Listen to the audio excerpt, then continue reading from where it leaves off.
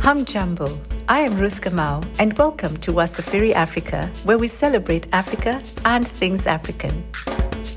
With a population of over 9 million people, Luanda is the thriving oil-fed capital of Angola, home to the Kimbundu, Ovimbundu and Bakongo African ethnic groups. The city, which was once called the Paris of Africa, has Portuguese as the official language. Founded in 1576, Luanda became the administrative center of the Portuguese colony in 1627 and bears the torrid distinction of being a major outlet for slave traffic to Brazil. Now home to an elite wealthy, despite a high cost of living, Luanda has a flourishing harbour and business trade on a backdrop of beautiful architecture. Twendeni, Africa is ready.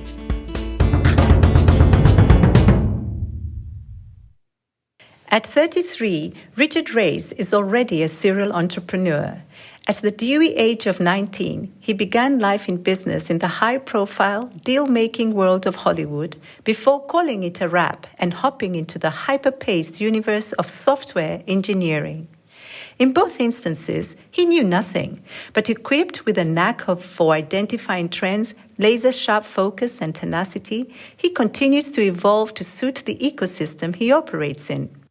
But let's backtrack to age 0 and put a pin location on Luanda, Angola, a bustling metropolis that Richard Reis fondly refers to as his hub. Born of an Angolan father and a Brazilian mother, Richard grew up in Angola, attended school in South Africa and the United Kingdom. But enough of me. Let's get the bites going and zap into a conversation with the man himself. Boa tarde, Richard. Boa tarde, Ruth. Oh, wow. Did you hear my name just now? Can you say that again? That was like super cool. I said it in Portuguese. So I know. It's super cool. It's super cool. And I'm just going to say it. So anybody who missed my name in Portuguese, you can hear it again. And feel free to call me this way. So I'm going to greet Richard again. Boa tarde, Richard. Boa tarde, Ruth. Como estás? Tudo ótimo. E você? Oh my gosh, I love Portuguese. I totally love it. I am so determined to learn Portuguese because I want to come to Angola and I want to go to Mozambique. And actually, wow. Richard, you don't know this, but it's just popped into my head. I'm working on my second book, and the female protagonist, she's from Mozambique. Okay. So anyway, thank you so much for making time to be with us here on Wasafiri Africa. I just love your energy. And, as I say to you, because this is the first meeting that we're actually having, we haven't met each other face to face, and we have to thank Giovanni Diaz for making this happen, And so I just want to say that I just love your energy. And when you sent me a link to your website and I saw how you count down your life right down to the second, I was like, this man speaks my language, There is no time to waste. So I encourage everyone to go and Google Richard Reis, Reis, and then you will see his website. It comes up with his years, months, days, and seconds. He's like not wasting a minute of his life. So thank you so much, Richard. Richard, I just want to have a conversation with you because I find it really exciting that you choose to come back to Angola whenever it is possible for you to come. I mean, as I said in the intro, your mom is Brazilian and your dad is Angolan, and you were born in Brazil, but Angola is your home. So, and you've spent so much time in the US, and you still come back. And that's what excites me, because when I think of Africa and what we have to offer here, we kind of have to start with us being excited about the continent, being excited about living here. So you are now a software developer. That's what you love to do. But that's not how it all began. It began with working for your dad. Yep. Well, the I originally studied in British schools, so the plan throughout my whole life was to end up going to England and study there and build a life there. But sometime when I was 16 or 17, my dad messaged me and said, I'm going to start a movie business in Los Angeles. Do you want to come there instead of England? And I was a little apprehensive because I knew nothing about the US. I was not prepared to live in the US. So it wasn't an easy decision, but ultimately I decided, let's go there and see what I can learn from my dad. I didn't really grow up with my father, so I never had a chance to live with him and learn from him. So this was my biggest chance. So I took it, and it was interesting because I originally started studying in Los Angeles. I was going to college, but within like 6 months of college in the US, it got a little bit ridiculous because I technically went there to live with my dad and learn from him. And he every week, I remember he was saying like, okay, this week we're going to go meet with 20th Century Fox. Next week, we're going to go meet with Sony. The next week, we're going to go meet with Netflix. And I would always say, I can't do it at that time or that day because I have to go to class or something, So I was missing watching, how these deals are made behind the scenes directly and learn how the movie business works, firsthand, which was this once in a lifetime opportunity. So I ended up dropping out of school and just joining the movie business full time, which was very interesting to me. And it was also very interesting to actually learn directly from my dad versus just, everything that I was reading previously. I turned all the biographies I was reading into like real world experience. And this was my biggest chance. And that's how I ended up in the movie business. My goodness. All you had to do was say 20th Century Fox. You didn't have to mention Sony and Netflix for me to be like, oh my goodness, talk about a start.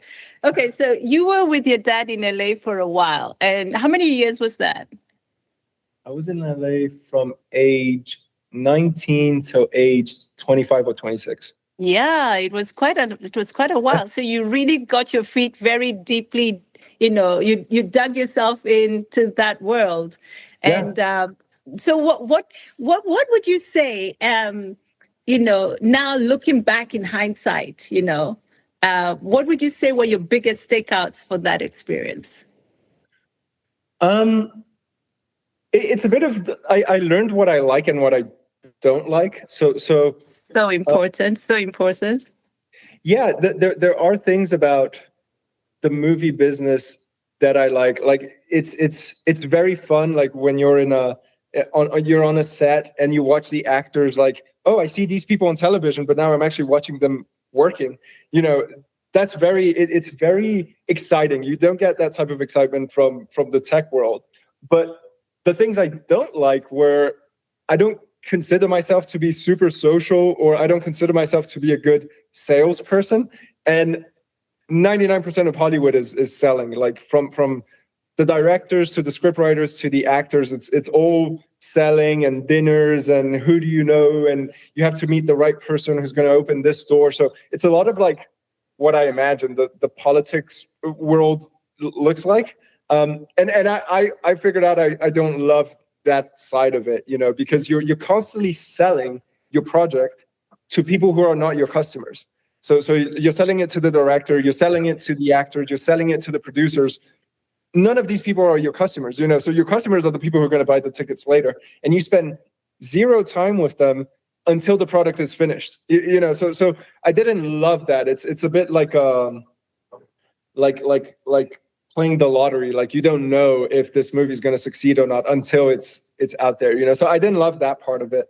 But there were parts that I enjoyed, like watching the negotiations and how it works behind the scenes. To this day, I still enjoy seeing the like which movies are doing well right now, and I kind of know like what's done behind the scenes. Or some of these movies I know that they've been in the works for 10 years. So I haven't worked in Los Angeles for almost 10 years. And some movies that we would talk about back then, the scripts that I would read, they're getting made now, So Highlander is one that it still hasn't been made, but they're still talking about making it sometime soon. So it's very interesting to see that behind the scenes. And even today, if you ask me like which movies are doing well right now, I can tell you like Lilo Stitch is #1, and then you have John Wick. I like Lilo and Stitch. I know I probably shouldn't say that, but I watched the first 2 or 3 something Lilo and Stitch, and my kids loved it, and so I loved it too.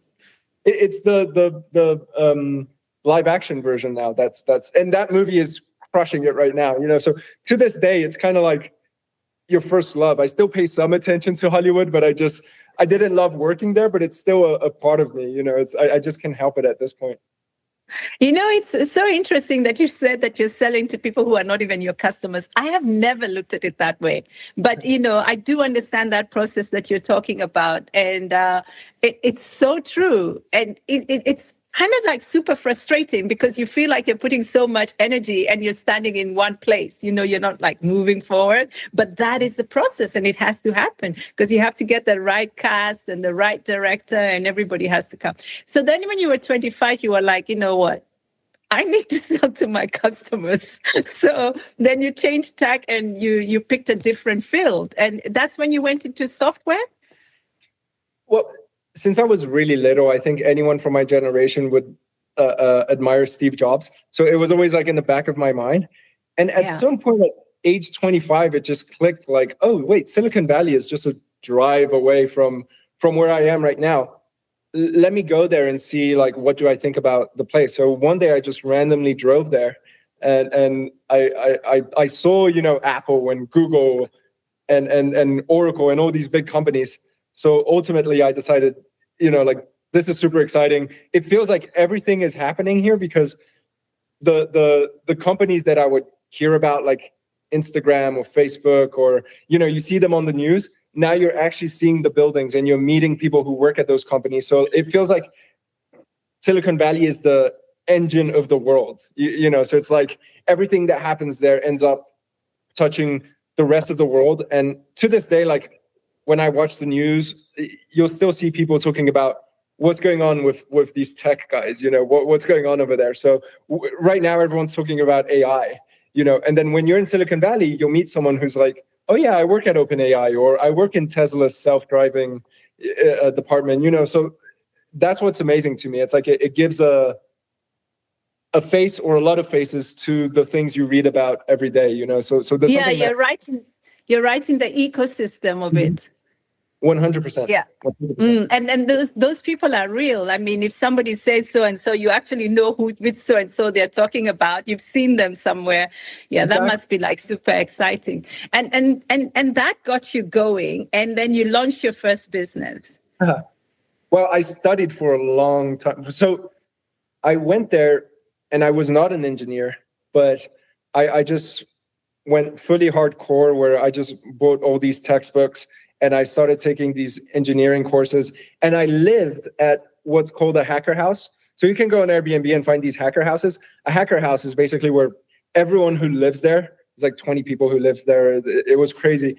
But everyone who works there is a computer programmer, right? So like this guy works at NASA, these people work at Google, this person works at Apple, and all these people were my roommates basically for like 3 or 4 years. And they're still some of my best friends to this day. I've met the smartest people through that period. Like I met one guy who worked at Google's AI department. This guy could do like 8-digit multiplications in his head. It was some crazy. You meet some crazy people along those lines, and I loved that about Silicon Valley. So that was my, like baptism by fire. I just went there and I was reading all the time and studying engineering, and that's how I ended up, launching these products.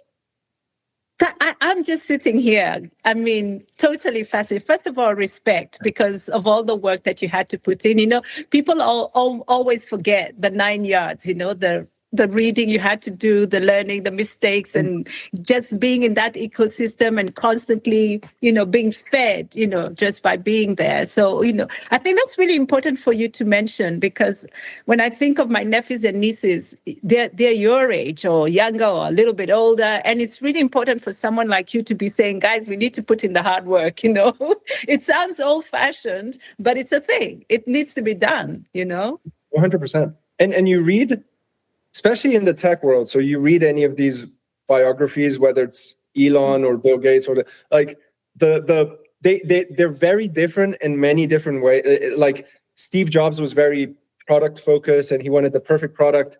Bill Gates was very business focused. Like these guys they're all successful. They're very different in many ways. The one thing they all share in common is this obsessive 80+ hour work weeks. Like they have no social life, no love life, no family life. They do that for 10 to 20 years. And that's the only common trait that I found in all these biographies. There's no other, they're very different in everything else. You know, so if you really want to succeed in tech, especially because in tech you're competing against other, 20-year-olds full of amphetamines and Red Bull, you're gonna have to put it in. You're gonna have to put in those hours. So you kind of have to do it when you're young, when you either get your own juices flowing without having to think about all this other additional assistance from the wings that you get from Red Bull or whatever. But it is competitive, honestly. And I think it's so important that I think it's wonderful that you're actually being honest about it, because sometimes people think, especially now with AI, I'm sitting here as I don't know what the generation after the baby boomers is called, because I think that one, the younger one than the baby boomers. I forget. I don't really think about these things too much. But when you think about us, we didn't grow up with AI, and so we actually grew up with a dial telephone, people, and we had to call the operator and book a call. We're that generation. So if you see us, sort of a little bit slow on the uptake with all these technologies, it's not because we choose to be, it's because the brain kind of just doesn't go that quick, But as you say, these 20-year-olds coming in, they grew up with, notebooks in their hands, cell phones and everything. They already understand the whole thing. And you guys sort of millennials just got in, the technology just caught you at the right place where you could absorb it almost as fast.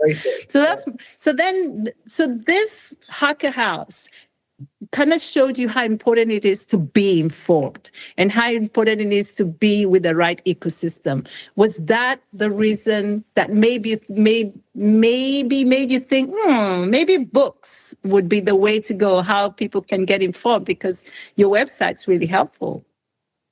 Well, from the hacker house, you kind of learn how I kind of, by living with engineers, you kind of learn how they think, and engineers love playing this game of who's the smartest person in the room. So if you don't know, if they start talking about which algorithm is better to solve this problem, whether it's the divide and conquer or the greedy algorithm, if you don't know what they're talking about, you're going to lose the game. So you kind of have to be sharp at all times when you just live with engineers. But it's good because learning engineering is what taught me what I think is probably the most important skill in life and business, which is problem solving.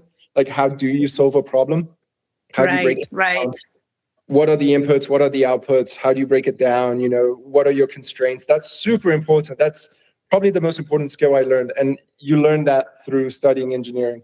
The books was a different thing, because me and my best friend, who's also one of the smartest engineers I know, we decided, like, it's a bit of a funny story, like where we would write a blog. I would write a blog post. It would get X number of views and likes, and then he would write a blog post, and then it would get 2X number of views and likes. And so we had like this little competition thing going on. And at one point, I wrote one blog post that just went completely viral. It was one of the top 10 blog posts on Medium. It was about how to problem solve. So it went very viral. And one day my friend calls me and he's like, you know what, like, you have a good skill about how to grow stuff and how to promote stuff. And he's a better engineer than me. So we should like combine our forces and create something. And I agreed. And our only rule was, we're going to launch something. If it doesn't get any traction within a month, I think that was our thing. If it doesn't get any traction within 30 days, we get rid of it. We don't get romantic about any idea, and we move on to the next idea. So we tried 30 days. You were giving yourself 30 days. Oh my goodness. It was either 30 days or 3 months. It's one of those two. I forgot now, because now I did the other 2-week challenge. But it was something like this. We had this very specific constraint, because the alternative is you fall in love with a problem that no one else cares about, you know. So we dangerous. said, okay, yeah. So we're not going to be romantic about anything. And we launched one idea, didn't work. The other idea didn't work. And then we launched the book website. And the book website was interesting. Within the first week of launching it, I believe Business Insider wrote an article and included the book website as a source. So that tells you like, okay, there's something here, you know. And I was kind of not smart enough to pick up on that because I kind of forgot about the book website. We didn't kill it because it was profitable it wasn't costing a lot of money. It's a very easy website. And it was profitable within like the first month or something, or maybe the first 2 months. So we didn't get rid of it. And I started working on another project, totally unrelated to this thing I was doing with my friend. And after 6 months or something, I noticed that the book website just kept snowballing up and up. And I said, okay, I'm going to put everything aside and just focus on this project. And that's what I did. And with the book website, what was fun was that there were 15 different book recommendation websites. And I saw like, okay, this is the number one. This guy's getting like 550,000 visitors a month. We're number 15. We're getting like 500 visitors a month. How am I going to get from number 15 to number one? And it took me 4 years to do it. Yeah, for 4 years, all I focused on was the book website. And like every day I would look at that leaderboard and I climb, okay, now we're 15, now we're number 14, now we're number 13. You know, I love. Oh my goodness. This is I'm totally impressed by this because that is so old school. And yet that's what you did. I mean, oh my gosh, look at that number one. I tell you people, Richard is showing me on his phone, mostrecommendedbooks.com, organic traffic, 594,000. And you see all the enemies. It was like one by one, just those like, are ones. So in brackets with his enemies, guys, he puts there in red, in capital letters, killed. I grew up with video games. So I had to dead. The lasers come up, boom, boom, boom, boom, boom. The Star Wars style. That was the most fun to me because it's like you think about business. Business is a little boring, like especially when it gets into taxes. So by turning it into a video game, it just became exciting. You know, it's like I wasn't sleeping. You know, I was just like, this is it. I have to win. Like you get addicted, and it's a lot of fun when you reach number one. So I kind of turned it into a game, and it took me 4 years, but I reached the goal. You know, and that was a lot of fun. So well done, well done.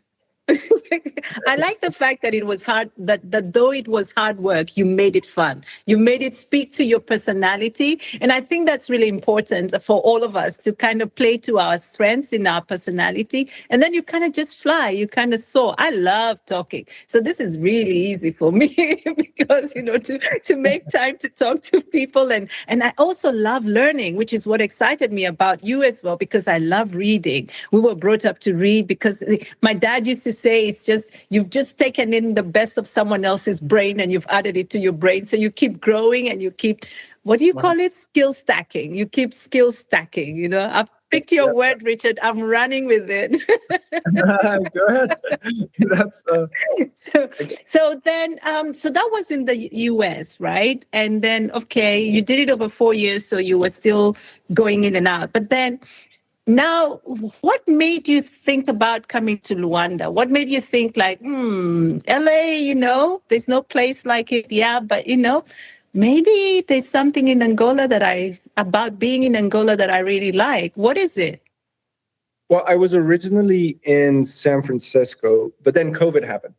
So, okay, so both my parents are divorced. So the thing that happens when both your parents are divorced and they live in different countries means that, you know, Christmas 1 year with one and New Year's with that parent, and then the next Christmas or New Year's with the other parent, and you're constantly ping-ponging between one parent and the other. And my families are in different places. So my mom was in Portugal. My grandma and aunts, a lot of them live in Brazil from my mom's side. And then grandma, aunts from my dad's side live in Portugal, and my dad lives in Angola. So, you know, Christmas and New Year's was always this question of who you're going to go visit. But then COVID happened. So during COVID, for 2 years, I didn't see my mom. So at some point, wow. Yeah, I couldn't see her for 2 years. And at some point after we could travel again, I went to Portugal and I rented an apartment for me and my mom, and we just stayed there. And I stayed in Portugal for almost 2 years. That's when Most Recommended Books became #1. I was in Portugal the day it happened. So, but now if you do the math, it was like 2 years in the US, and I hadn't been to Angola for 3 years before that, and then 2 years in Portugal. So now I haven't been in Angola in 7 years. I hadn't seen my dad in I don't know how long. So what I did was I have a permit now, so I can stay out of the US until November. And that's why I decided just to come to Angola and spend time with my dad until I have to go back to the US and not leave for a very, very long time. Once I go back, I don't know when I'll be able to travel again. So I'm just making the most of it now. Yeah.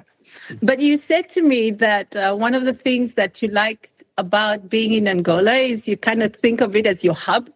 Mm-hmm. Because so growing up, I never lived in a city more than 3 years. Every 3 or 4 years we were moving to a different country or a different city. So, but the one constant during that time while I was growing up and going to high school was every year, more or less, I would go back to Angola, so spend time with my dad. So Angola has always been my hub, like that. This is where I have my roots. I know Angola better than I know other countries that I've lived in, except for the US. So this is where I always come back to. After 7 years of not coming back here, I just had to return home. Yeah, and then when you come and you look at it 7 years later, can you tell me, like, when you arrived in January, how did you feel? What was the visceral feeling that you felt about being on the continent? Just you, as in, Richard, how did I feel when you got off the plane? And I've never been to Luanda, so I'm assuming it's humid. I don't know. Is it? Now it's a little bit, but it's when I got here, it was like super hot and dry. So okay. They only have like 2 seasons here. It's like summer and Casimbo. Casimbo is like a little bit more humid. So that's what we're getting right now. Okay. Yeah. But coming back after 7 years is people here don't notice it, but I do. Like the streets are different. Like when I got here, there were pavement was not as prevalent as you see it now. It's been so kind. We're all Africans. We can handle it. You can be really honest, and you just say pavement was missing. Exactly. But that was my first thing. It was the pavement. It's like when I got here and I got out of the airport, completely different. Completely. Obviously, in 7 years, it changed. But the difference is what shocked me the most. And obviously, what I missed the most was the food. So once I finally was able to eat the food again from my childhood, that was the best moment. But the first thing that really got me was how much it has evolved in 7 years. If I go to, I haven't been to Los Angeles in, I'd say, 5 years or something. If I go now, it's probably not going to be super different. It's probably going to look the same. Maybe different restaurants and whatever. But the 7 years that between me coming to Luanda and coming back, gigantic difference, and that was the first thing I noticed. I was like, wow, it looks like a totally different city, Yeah. Building. I think that's happening a lot on the continent. There's a lot of rapid change. Sometimes the people there can see it, but maybe not as well as someone who's been outside and then comes in. Yeah, because when I talk to people, they're like, oh yeah, now that you mention it, and then I'll show photos from when I was here 7 years ago. Totally different. Obviously, it's like that frog that's in the boiling water. You don't notice that it's boiling until it's kind of like the reverse. Poor frog. in this case, it's a good boiling water, because the country is evolving and people don't notice it. But then you're out for 7 years and then you come back and you're like, wait, what is this? Like sometimes you look at the Luanda skyline and it kind of looks like Miami or something. It's really shocking to me. So and I love it. I love seeing that. I really want to come. I really want to come to Luanda, and I want to see all this. You grew up hearing about Angola, and Angola is such a big country, and we grew up learning about at least in Kenya in my time, and I think they're still doing it in the curriculum. We learn about the continent and quite a bit of detail about the continent. So you grow up excited about what's happening. When you think about your time in San Francisco or LA, and now when you come back to Luanda, even if it's for a short time, Africa has such a young generation now. I think we have the youngest people on the planet, as far as the size of the population. How do you see that you can tap into that, you as Richard? What is it that you see that you'd like to tap into, even if you're not there physically? I'm doing it already. Okay. Okay. One thing I really like about Africa and well, specifically Angola, I can't speak for all of it, but like specifically being here is the rapid growth, rapid adoption of ideas that are so proven in other markets. So like one thing that's beautiful here is how much opportunity there is everywhere, everywhere. And I say that because ideas that are already big in America, so like Uber, you can just copy paste, do it here. It's going to work. It's already proven. The idea works. It's missing here. Hint, hint. So it's like one of the biggest apps here is basically Uber, and the other one is basically Uber Eats. Like there's their own version of Amazon, and those are growing rapidly. And I love that, because if you try to build Uber in the US, it's like no, but here you have so much opportunity to build anything you want, and people are going to embrace it rapidly. So opportunity is just everywhere, and I love that about being here. It's there's so much excitement, and it's so much harder to succeed in somewhere like the US, So here it's like it's cool to see people building these products, and then they don't totally copy paste. They give it their own flavor, It's very interesting to see how they localize it. Yes, 100%. 100%. Yeah. So I'm excited about that, about the continent. And, and for me, I really hope that people can get into that magic that you're talking about, that you're seeing, because we need to stop looking to go out, as in the sense to live there and whatever. It's more about, and now we can do it because there's there's internet, there's Instagram, there's all these different platforms that allow you to see what's happening in the world. You don't even really need to go there. You can just pick up those and localize. And I remember when we were in the multinationals, and I was launching businesses in Lagos and in Kampala and all that. It was always about think global, act locally, which is, in a way, that's what you're saying now. 100%. And that is so attractive. I know in my own country, in Kenya, when I go there and I see what they have, their own version of, in South Africa, we have Take a Lot. So they have their own version of a Take a Lot there. So they don't basically go and say, can I be your franchise? They say, no, we're going to call it this, and this is how we're going to do it, and it's going to have local products. There's Uber there, but there's also the local ones, which is fantastic, because I think what that does is it gives people choice, and it also allows for creativity. Africans are really early adopters. And yes, because of that, we don't actually really have a transition period. So some things are a bit jarring because we just find ourselves in them. There's some parts of Kenya, for instance, that they just never got landlines. It went straight to mobile phones, Yes, so they did. Yes. Do you see? And that's repeated in other parts of the continent as well. And there's some people who are leaving university or leaving school, and they actually only know how to use mobile money. When you talk about going to the bank, they're like, why would I go to the bank? They look at you like, do you know what I'm missing? So there's so much early adoption, but sometimes we don't interrogate things, and I think that's the balance that we need to start doing, because we need to celebrate who we are so we don't lose our authenticity. And like you said, you want that uniqueness of being Angolan to always be remembered. Yeah, it has to resonate with the market. And this is a formula that has already been done. So if you look at China in the late 90s, early 2000s, the big companies that were being created with, so I like reading Jack Ma's biography, And he basically took Amazon and copy pasted and created Alibaba in China, and he became the richest 100%. Yeah. in China.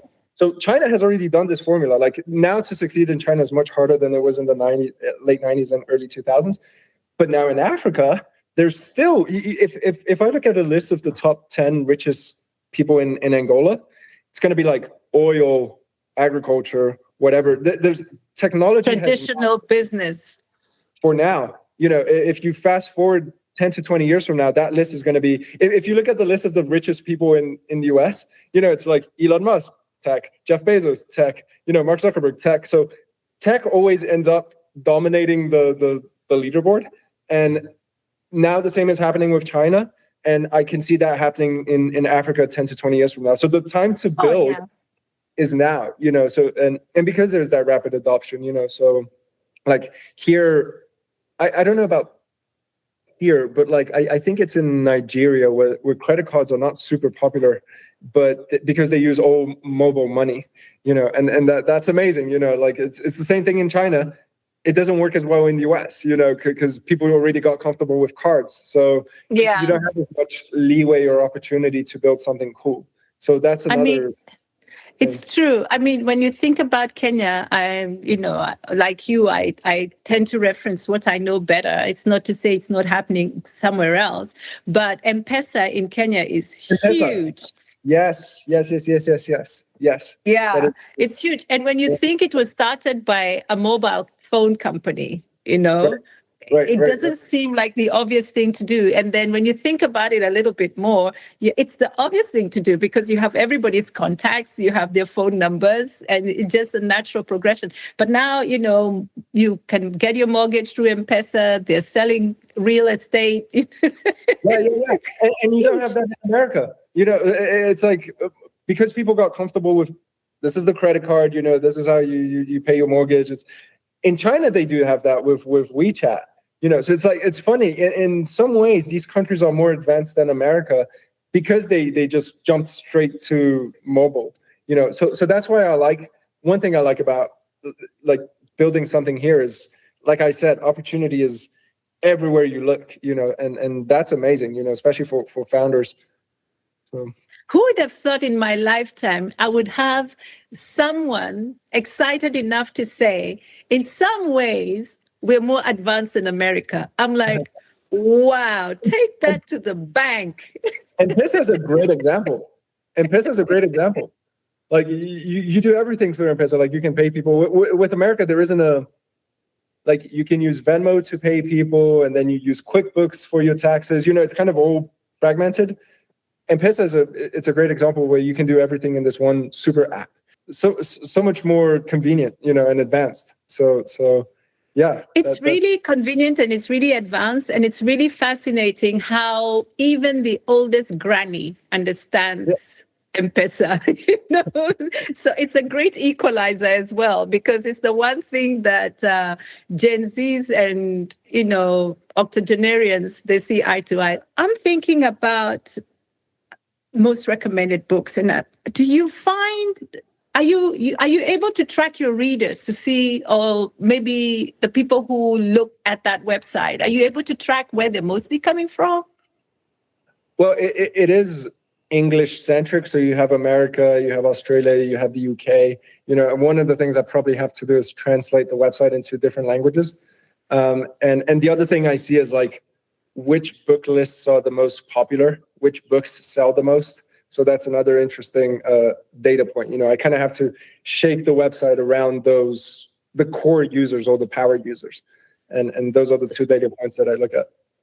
So I might just now be robbing you of another 4 years while you go and tinker with this idea. But I'm thinking to myself and thinking, okay, you mentioned America, Europe, Australia. Okay, that's fine. Those are like the traditional English reading markets, as you said. But now I'm thinking, because I'm skewed to Africa, I'm thinking to myself, on the continent, how would you see yourself skewing something like that? And having a page that sort of speaks to the continent, because it's about creating mentors. I'll tell you why. With the younger generation, how do we create that kind of association so that we build pride in also what is happening. Because West Africa, East Africa, South Africa, lots of writers, lots of people who are talking about business doing on the continent, talking about fiction on the continent. How do we create that momentum of pride in material based on the continent? All I want us is to celebrate who we are, because Wasafiri Africa is about celebrating Africa and things African. And I think it would be an interesting thing to have a go-to place where you could see Afrocentric, writers, just to make it easier for people to see it can be done, it is being done, and to make them, prophets, if you like, in their own home, to give them that honor in their own home, because a lot of people are not even appreciated in their own home. They have to go somewhere else to get that appreciation. Right. Well, you have an advantage here, because one of the ways that you give these people more attention is interviewing them, and like a journalist writing about them, so giving more focus to those people. Like me coming here to Angola and looking at, because I'm very tech centric, and then looking at the list of who are the wealthiest people here and seeing like, I haven't heard of any of these guys, and none of them are in tech, so very interesting, because like this is the stuff that I enjoy studying and reading about. So I should know, but it isn't super emphasized, and it's very hard to get accurate data, on like whatever it is, book sales or how their businesses are doing. Like it's super hard to find out about these people. So I do think shining a light on them would be the way to solve that problem. One issue though is like kids nowadays want to be influencers. Like I don't know how many of them are dying to be founders or authors or whatever. Like at least talking about my little nieces and nephews, they all have a TikTok, they all have a YouTube channel. They love Mr. Beast. So there's also that thing where people's attention goes towards whatever they're interested in achieving. So it's a multi-pronged problem, and solving it. But I think solving it starts with like what I said before, like interviewing these people, finding these people, which is hard, even for me, and I love this stuff. So, but shining a light on these people would be the one of the solutions to that problem.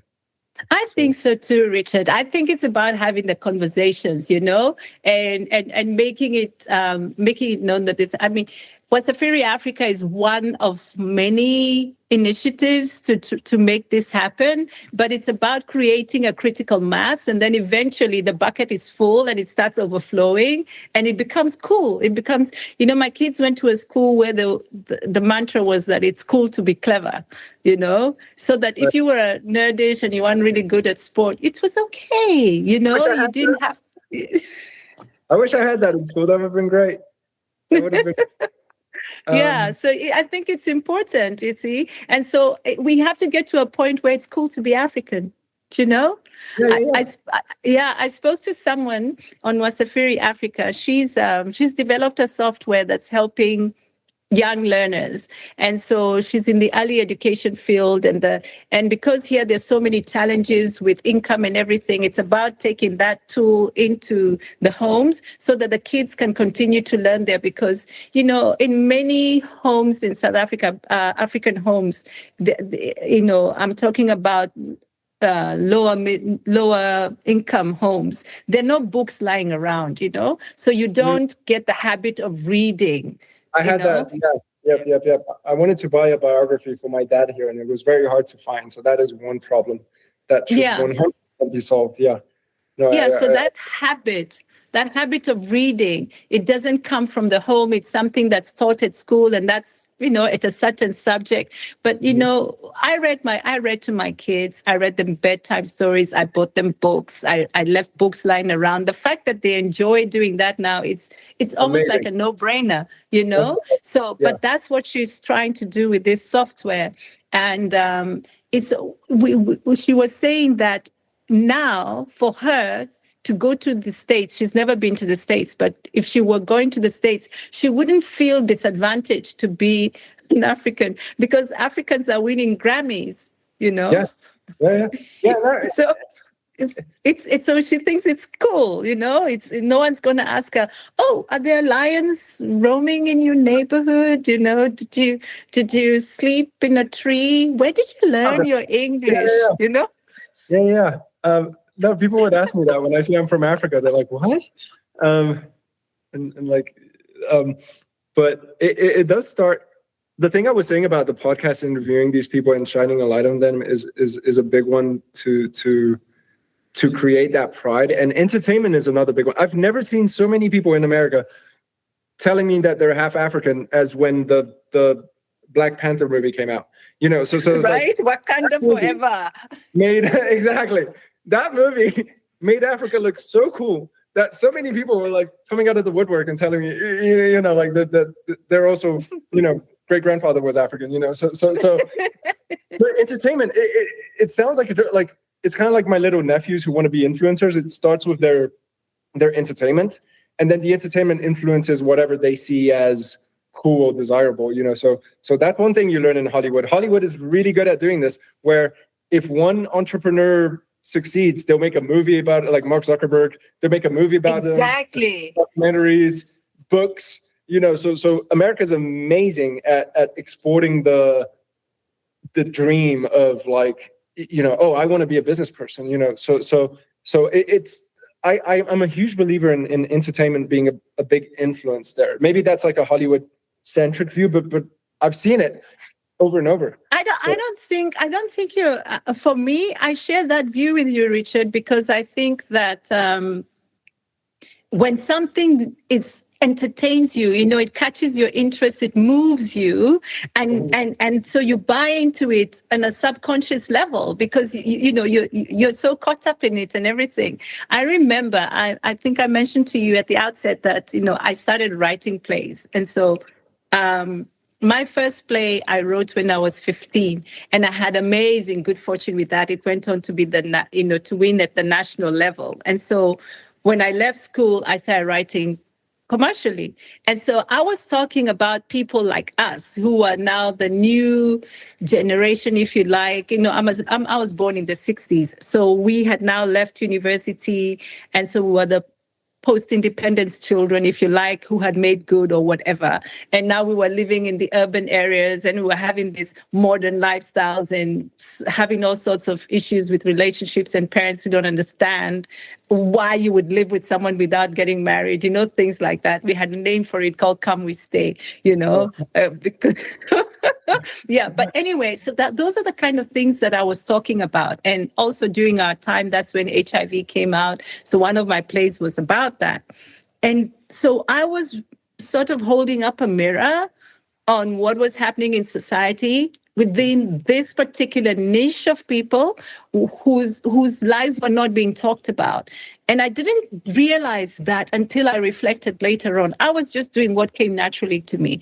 But people were entertained and the theater was full time and time again. I did 9 plays. And only later I realized, wait a minute, the plays before talked about a village life. You know, and that's why theater attendance was going down, because now the people in the urban areas who had the discretionary income could no longer identify with that. So you have to capture people's imagination, you know, and when you capture people's imagination, even if it's a fantasy, like what, you know, the Black Panther or, you know, other Maverick movies, it doesn't matter because what you've done is transported that person into the world they want to be in, 100%. You know? Yeah. And even if it's a world they don't want to be in, maybe it's a dystopian movie, you're saying, okay, guys, you know, if we continue down this road, this is what it's going to look like.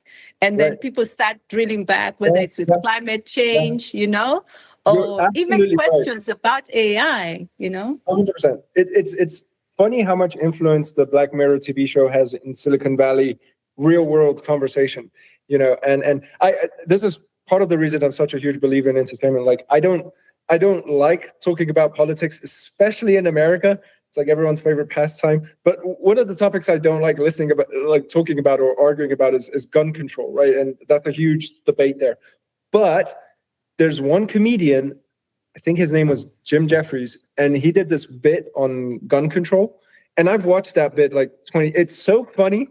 And through the comedy, he's kind of like feeding you his view, and you end up kind of seeing things his way. You're like, oh wow, like yeah, he's right in a way, you know. So and a few of my favorite, some of my closest friends, like my closest friends are divided into two groups. It's either engineers or comedians.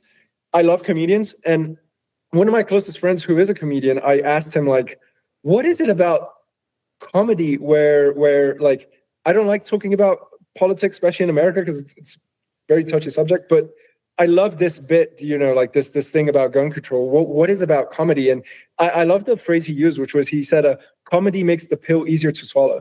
You know, so that's one way that I see entertainment as one of the big drivers in society. You know, people say like, oh, it's just movies or whatever, but like I said, Black Mirror has a huge influence in today's conversation of AI, real world consequences. You know, so entertainment is a very powerful tool. And last point, one of the cool things about entertainment that I'm seeing happening now is thanks to these AI tools, where people are making these videos that would have cost you, I think there's this one guy in Brazil who made an ad that normally would have cost $50,000, and because you have to hire the actors and you have to get the costumes and all that stuff, it normally would have cost $50,000, and he did it for 50. You know, so just using these. Oh my gosh, he did it for 50. Yeah, and they use the ad, and so this just shows you how, if you are creative and you want to get your point across, and you have these ideas on, you know, this is how I see things happening, now is the best time, you know, because these AI tools are getting really good. You don't have to hire actors. You don't have to, you know, you go straight from vision to final product without having to sell your idea to 1,000 people. And you put it out there, you put it on YouTube, and it could go viral. You know, so that to me is super exciting time to be alive, and especially working in this section of the world, you know, which is the tech industry. So, you know, Richard, I'm listening to you and I'm thinking you have to go to Kenya. I don't know how you're going to do it. I think you need to change your air ticket if you're okay. So as a playwright and somebody who's written a book, which, you know, I want to take on to different stages. You know, initially I was worried about AI writing books, but then I realized, no, there's certain idiosyncratic ways that the human brain thinks that I don't, especially if you write in different languages and things like that. There's certain things that are very hard for, at least at this point in time, for AI to copy. But when you think about ethical AI, I attended the Children's Summit in Johannesburg this year. And so it's for kids they were there from around 10 years old to 16. Okay. And so it's the African Children's Summit, and it was the second one. The first one was held in Nairobi 2 years ago, and this one. And I don't know if they've announced where it's going to be 2 years from now. But one of the main concerns that came out from those children who attended that summit was that they're worried about the ethical aspects of AI, because they were saying AI can be programmed to give you, you know, what its programmer wants it to say, you know, as opposed to, but people tend to take information from AI as Godspell, you know. And then there's also the whole aspect of AI tools also making it easy for them to maybe trap children into rabbit holes that they shouldn't be going into, and that sort of thing. As someone who is in the software industry, I don't know what this question is other than to say, how can we make AI ethical? Oof. I mean, so obviously these companies like OpenAI and Anthropic have entire departments dedicated to this problem. From my point of view, from my the way I use these tools, right? the way I see it is I just build software and I put it out there and I see how it affects people, right? So if people like it, they will vote with their dollars and I get to pay rent. And if they don't, then there's some trouble there.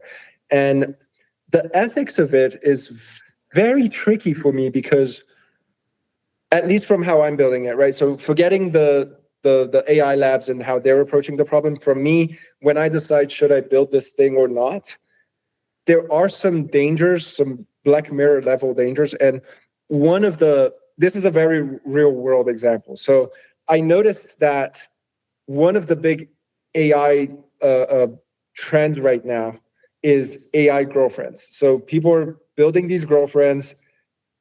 Trust me, I know you hear me out.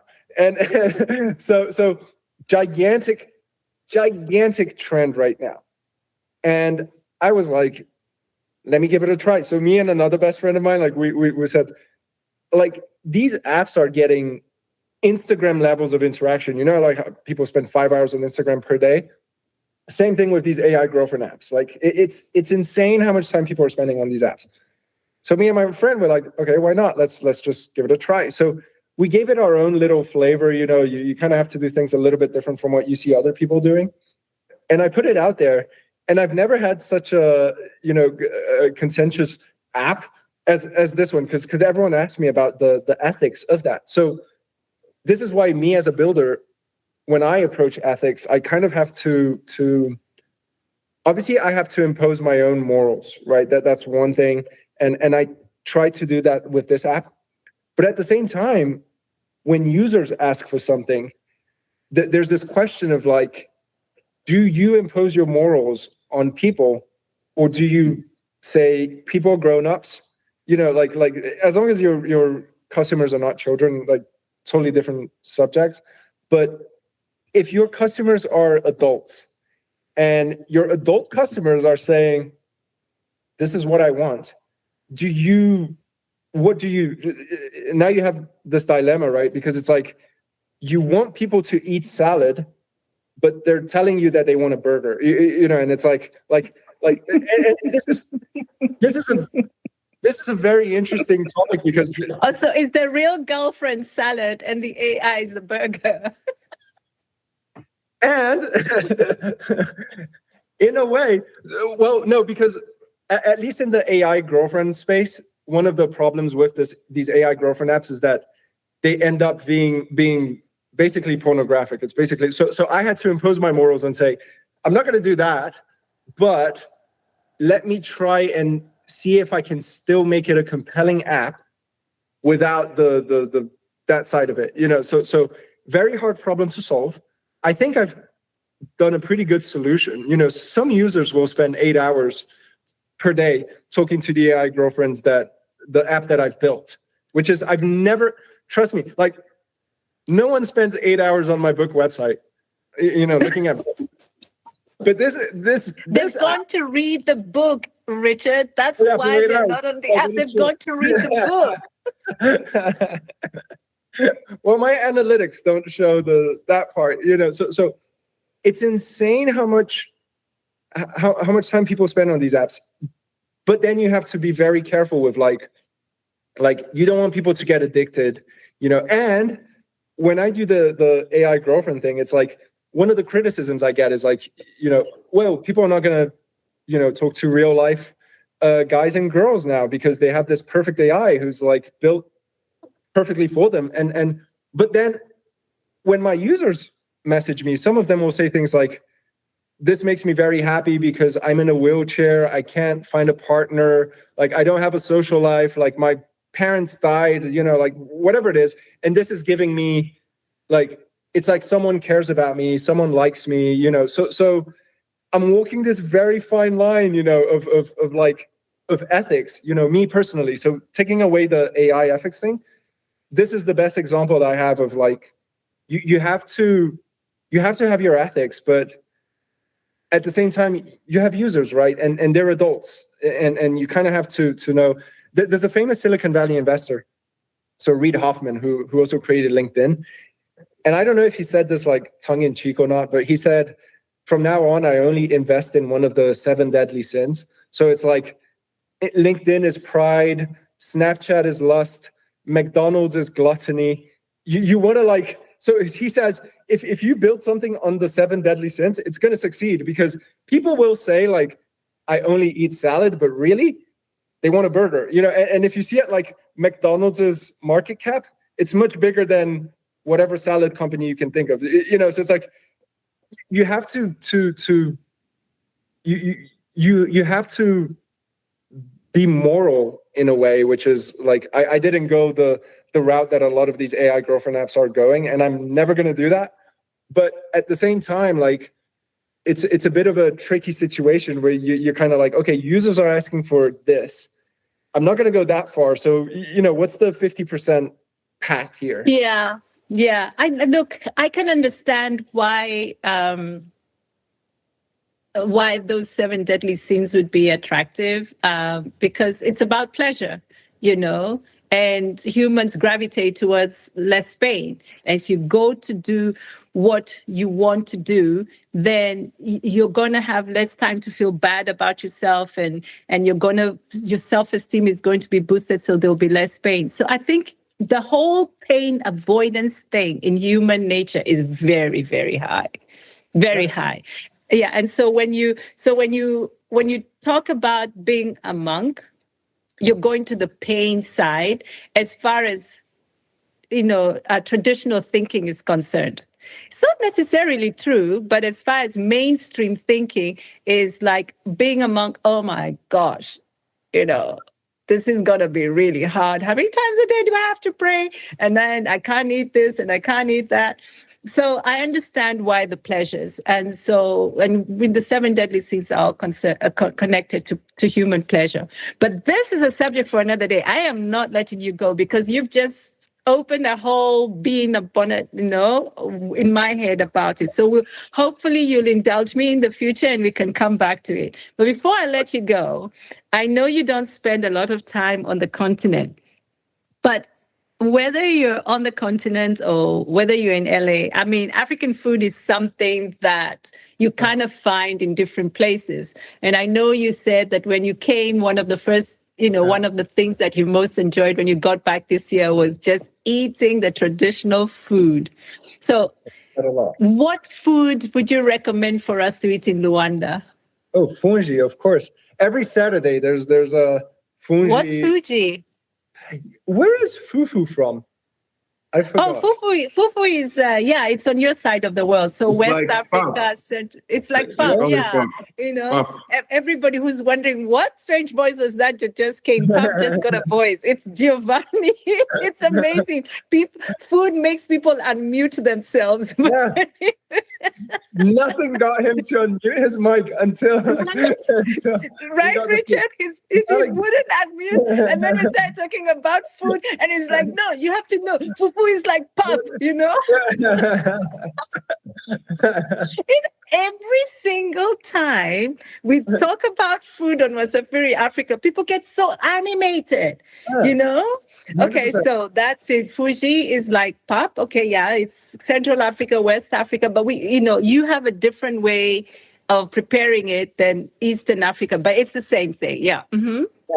They have like the fungi with palm oil beans, and they have fish. It's like, that's my favorite dish, and it's the first thing I wanted when I came back here. And every Saturday it's this thing where you go to someone's house and there's just fungi there for everyone, and you're like, oh, we're gonna go have lunch at so-and-so's house, but lunch is from 1 p.m. till midnight. So Saturdays are like that in Angola, where people, families or friends just get together on Saturday and they'll just eat fuji and spend all day together. Wonderful. Yeah, wonderful. I love that. Absolutely love that.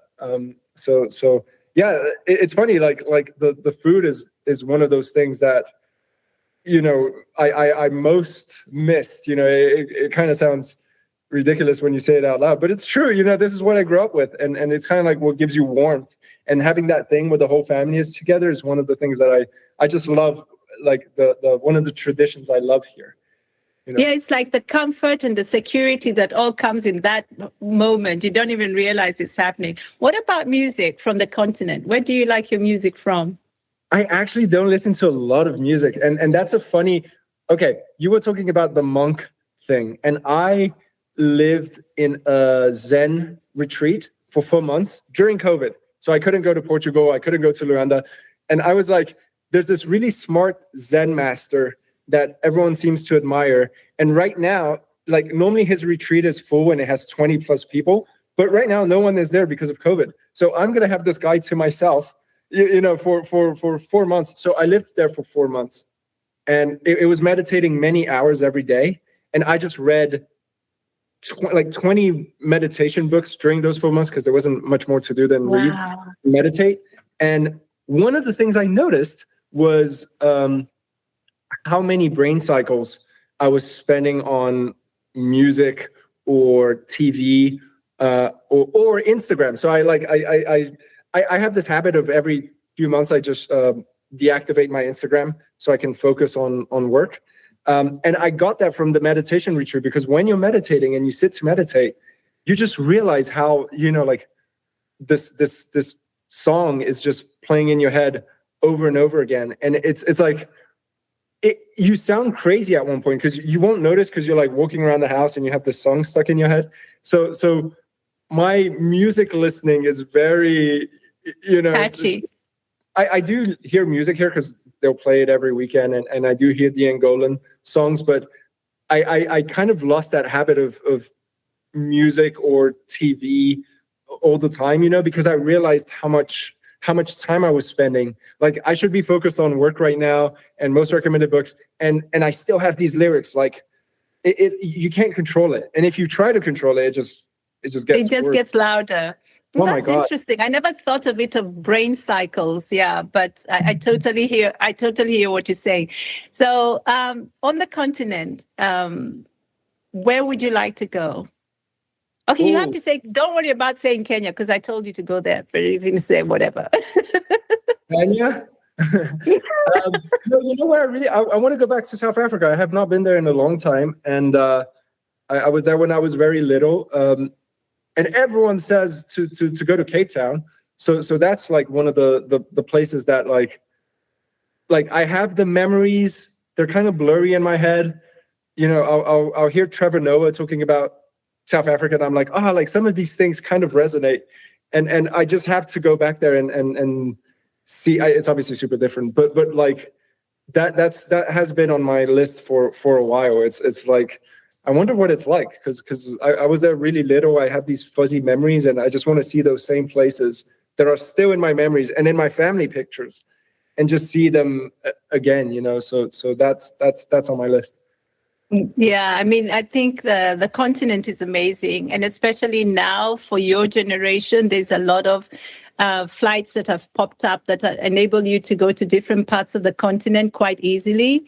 So I would encourage you to do that. I mean, I live in Cape Town, and it's totally amazing. And I think, you just mentioned Trevor Noah. I think he's such a great ambassador for the continent, really, not just South Africa. He's been really great, and that's somebody who makes the difficult things easier to swallow as well. Comedians, I'm telling you, comedians are like some of my favorite people in the world, because they will give you the message and you will enjoy it. It's like comedians are very good at like saying the truth in a way that's not for you. Yeah. Definitely. I love his biography is amazing. So it is. I mean, born a crime. I'd love to. I coach at the Emmy Foundation. I speak to people the ages between 21 and 35, and I always bring up Bona Crime because I'm speaking to South Africans, and everybody knows Trevor Noah, and so they, now you're beginning to bring somebody who they can relate to, but it's most of the time one person knows about that history, to the extent of which he has put in the book, once again, because of the reading, because people don't really read. And so a very important story is just getting lost. And, I really think that it's so funny, but it's so honest at the same time. you know, and it's just a wonderful story. And when you think about it now, and maybe after this conversation, you'll think about it a little bit more. But what would you like to see for the continent? See for the continent? What? Yeah, for the continent. Like, what would you like to see happen? What do you think we're missing? Where do you think we should be going? No, I think it's just going to happen. There's a book that I really like by Ray Dalio, and he talks about how do you spell the last name? Dalio, Dalio, and okay. He talks about like what makes empires come and go. So he talks about how now we're going through the American empire. So America is the #1 most powerful country in the world. In the 1900s, before the Second World War, it was the UK. The next big world power is going to be China. You know, so he talks about what makes these countries, like these empires, last about 200, 250 years. And he talks about what happens to make those countries become so powerful. And he talks about like throughout history, it's always, I think it's seven different factors. Like they have to go up. And if this goes up, then it's like a domino. This will go up and this will go up and this will go up. And the first factor for all the countries, in order for them to really grow, is education. And that's like the #1 thing, because once the people are educated, then the second factor is the technology gets better. And then the next domino is once the technology is better, like things like trade get better, the markets get better, you know. So, but it all starts with the education. And that where I was searching here for a biography to I wanted to give it as a gift to my dad, and I couldn't find it here. And I had to buy it on AliExpress. Like that has to, I would love to see that problem be solved, you know. And it's a bit of a mix of like it has to be inspiring to people, like learning, like what you did with your kids when you said you were reading to them. Like that has to become a thing, you know. It has to become inspiring, where a lot of my reading comes from like when I did the most recommended books thing, it's like I don't know anything about SEO, so I just read 3 books on SEO, and then I knew a lot, and the business grew. You know, it's like I don't know anything about finance, so just read 3 to 5 books on finance, and then you're gonna know. You know, so it's like the cheat code is right there. So but my learning is very driven by like, this is my objective. Who has achieved this objective? Let me read 3 or 5 books about this person or about this topic, and then you become, you know, more than 99% of people on that topic. So I think like what I would love to see would be that love for learning. And I'm a little bit biased with books, but it is really something that I think is you know, like I have no idea what I would have done if I didn't have this quote unquote cheat code. You know, it's like I don't know anything about engineering. Let me go read 5 textbooks on engineering, and now you know more than 99% of people. You know, so it's like that would be, if people loved that and they were curious about that, I think everything else will, like a domino, improve from just that one habit. You know, but you need to make it cool. You know, like you need to make it fun and inspiring. You know, so 100%. You know, I like that. I like what you said. You know, and to sort of summarize that in that way is, I think everybody got that. And if we could, the more cooler we make reading, because reading is so foundational with education. You can't get education and get away from reading, you know. I mean, now we also have another cheat code, which is podcasts, you know. So if you've got data, you got all these people who are putting out podcasts on different subjects and everything. But reading does so many other different things for your brain. That's the whole thing about the recall, about the coordination, about the eye and your memory. So many different things happen when you read. So yeah, honestly, Richard, thank you. Thank you so much. It's been such a pleasure. I was having kittens thinking, I've never met Richard Reis. How am I going to have a conversation? You know, and you've just made it so easy. Thank you very, very much. I loved it. I enjoyed it. Thank you so much for having me. This was a lot of fun. hopefully this is one of many other conversations we'll have in the future. I hope so too. Really enjoyed talking to you. So thank you. Well, all I can say to everyone who's listening is, let's get reading. Go to most recommended books. And I'm not punting it because it's Richard, it's because it's a thing, Let's just get that information in our brains and let's get Africa chugging and let's find a way of celebrating Afrocentricity in a way that makes this even a greater place to live. So as we say when we're saying goodbye, Twendeni, Africa is ready.